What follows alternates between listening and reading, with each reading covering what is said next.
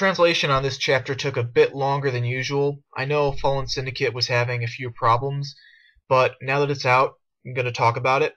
So, this is Retrace 98 Reverberate, which is the same title as Retrace 85 Reverberate. We'll come back to that later, as I think that's important. I really like how the past and present are converging here, because it's flowing so perfectly together. How the events that we saw in flashback form just a few chapters ago with Miranda attacking Glenn, we're seeing the direct continuation of that now, only not in flashback form, in present form, because the events there are so close to what's happening now, and by the end of the chapter, you know, why? You see Jack and Gil after they escape Miranda attacking Glenn and everything, and Jack saw Glenn cut Miranda down. So he's wondering, why isn't Glenn coming after me? What could he possibly be up to? And he comes to the conclusion that Glenn must be trying to kill Alice to stop him from communicating with the core of the Abyss again. This was referenced way back in Retrace 78, somewhere in Volume 19. I'll post a picture for it, but back then it showed panels saying Jack killed Glenn because Glenn was trying to kill Alice. They're explaining that now. I wasn't sure they were going to. I was reading that chapter on a reread, and it stuck out to me because that wasn't covered.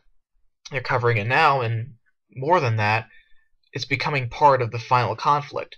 We will actually see how Glenn died, which, when you think back on it, is something we still don't know this late in the series. Speaking of death, Echo died this chapter. Yeah, I hoped that after what happened last chapter, Echo would survive somehow, but evidently that wasn't the case. I didn't want to think about this chapter for a reason after reviewing the last one.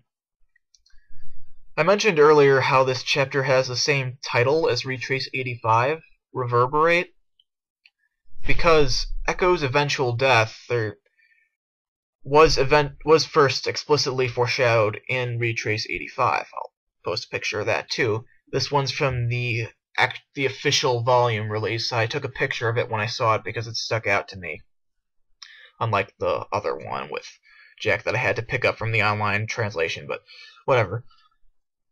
Yeah, that was referenced way back when, and it also supported the Echo is a there are many Echoes theory, which was also verified. Last chapter.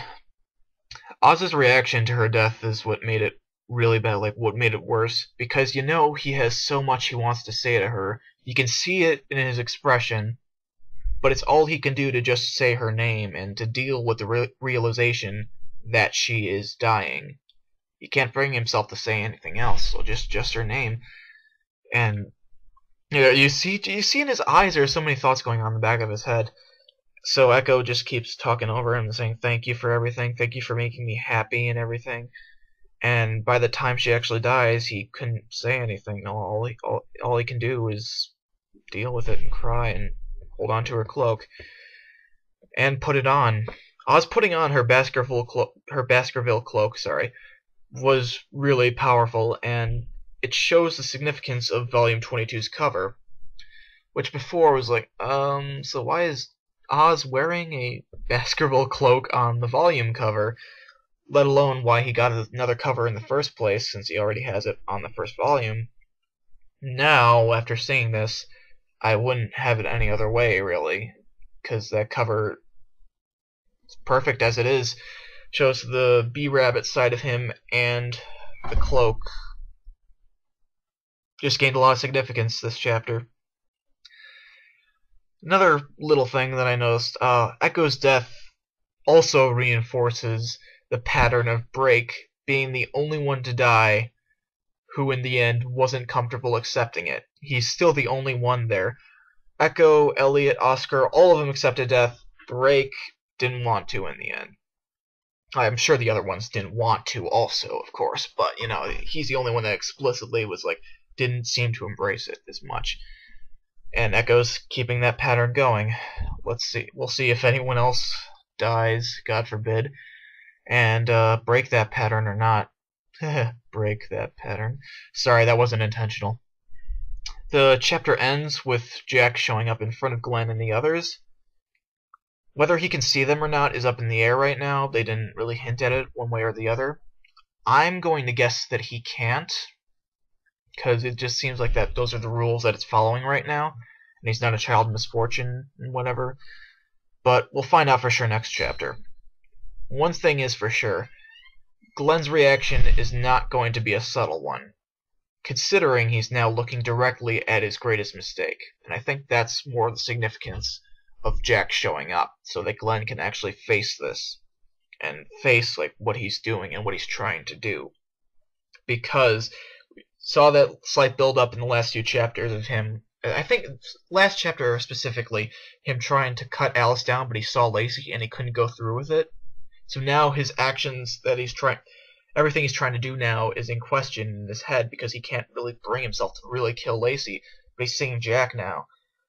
So what's he going to do? What's going to go through his head? Is there going to be some kind of internal confrontation between the Glenns?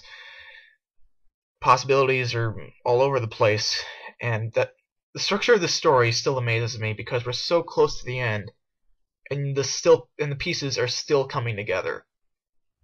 Hopefully Retrace 99 is translated soon, because I can't wait to read it.